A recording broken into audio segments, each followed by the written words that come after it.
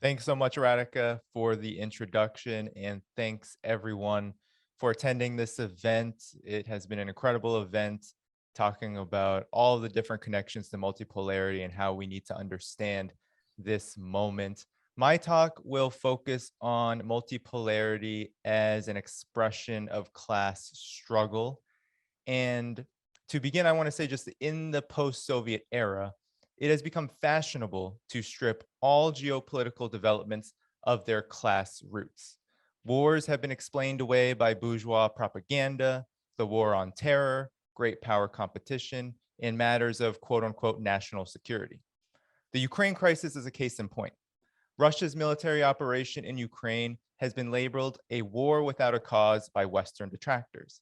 But underneath the cacophony of capitalist ideology and propaganda is a class struggle occurring on a global stage for multipolarity, where the Russia-Ukraine conflict is but one flashpoint. Vladimir Lenin is perhaps the most well-known Marxist revolutionary to advance a modern theory of international relations rooted in the class struggle brought about by imperialism. Lenin concluded that the ascendancy of monopoly and finance capital divided the world into colonies and oppressed nations. The self-determination of these nations would therefore form a core pillar in the struggle for socialism worldwide. Without self-determination, workers and oppressed people of the world would suffer immeasurable losses from the scourge of colonial domination and its triple evils of military occupation, economic plunder, and racial discrimination. Multipolarity is in essence a continuation of the struggle for self-determination in the modern era. After years of imperialist ramblings about the end of history and there is no alternative to neoliberalism, the trend toward a multipolar world is demonstrating that the exact opposite is true. In all corners of the globe, the unipolar dominance of US imperialism is collapsing upon its own contradictions. In Europe, US imperialism threatens to shut the lights out and place what was once the center of capitalist development into a permanent state of decay. In Latin America, insurgent left-wing governments led by Cuba, Venezuela, Nicaragua, Bolivia, and others are rejecting US domination in their pursuit of people-centered socialist development and integration.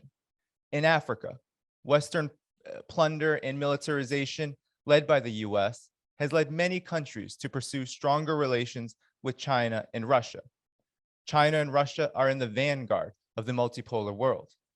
China's socialist governance system has balanced entrance into an unstable, capitalist-dominated world economic system by maintaining state control of the commanding heights of the economy, such as land, energy, transportation, natural resources, and finance. This has allowed China to ascend to the top of the economic ladder as a top innovator of high technology and address socialist imperatives such as poverty, climate change, and public health. Russia has dug its way out of the disastrous collapse of the Soviet Union to regain national sovereignty and become a major economic and military power in rapid time. While many differences exist between Russia and China, what binds them is a commitment to sovereign development and self-determination. China and Russia's alliance has included steadfast resistance to US and Western sanctions against not just their societies, but also smaller countries in the global south, like the DPRK, Cuba, and Syria.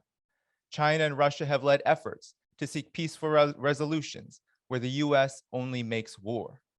While the US has applied force in its policy towards Syria, Ukraine, and the DPRK, to name just a few, China and Russia have positioned themselves as anchors for peace on the UN Security Council and several other multilateral organizations. These include the BRICS, the Shanghai Cooperation Organization, and the infrastructure projects of the Belt and Road Initiative in the Eurasian Economic Union, both of which offer cooperative pathways to economic integration and development. These efforts on the part of Russia and China arguably form the foundations of multipolarity. But what is a multipolar world exactly? It is a world where multiple systems of development exist, sometimes in contradiction and conflict with each other, other times in cooperation. Some have viewed this development in abstract terms, stripping multipolarity of its class character. This is a monumental error. Multipolarity is not a benign development, but an outgrowth of class struggle. US imperialism's war against multipolarity is a war on self-determination and sovereignty. To US imperialism, unity among the oppressed nations of the world is the foremost enemy to the unipolar dominance required to maximize capitalist profit. Thwarting such unity is the principal reason why the US has militarily encircled both Russia and China and placed sanctions on key components of their economies. It is why Cuba, Nicaragua, and Venezuela suffer under starvation sanctions, and leftist movements throughout Latin America have been undermined for seeking collective liberation from the US's Monroe Doctrine. Furthermore, the US's militarization of Africa via the US Africa Command is intimately linked to the US NATO war on Libya in 2011, a nation that has had as a central goal the integration of the resource-rich African continent through an independent currency, military, and passport system. US wars in West and Central Asia cannot be separated from the class struggle embodied in multipolarity either. These wars have one goal: to keep the region in chaos. Chaos holds the possibility that integration projects such as the China-led Belt and Road Initiative will be arrested in this key part of the world. The US war on Syria and its continued destabilization campaigns in Iraq and Afghanistan, for example, are part of an attempt to block Russia and China's vision for the integration of the region from east to west. Massive hunger, death, and terrorism that have resulted from these wars are merely collateral damage in the larger goal of thwarting genuine independence and self-determination. Now, some may wonder in this intense new Cold War environment whether Russia can seriously be considered a champion of self-determination and sovereignty. After all, the Ukraine crisis has been portrayed by the West as an unquestionable example of Russian aggression that violates international law. Let's be clear, Russia's special military operation in Ukraine does not contradict the central premise that multipolarity is rooted in class struggle. US NATO encroachments along Russia's border since 1991 and the US-backed coup in Ukraine in 2014 created an untenable security situation. Rather than contradict Russia's role in the multipolar world system, the Ukraine crisis has strengthened it by demonstrating just how enormous the stakes of this class struggle truly are. The Ukraine crisis has exposed how the US's war on multipolarity threatens to bring about a global war even more destructive than the prior two global conflicts of the 20th century, fought among the capitalists for the domination of the planet. By waging ceaseless counterinsurgency war maneuvers meant to provoke Russia and China, the US empire is playing with fire.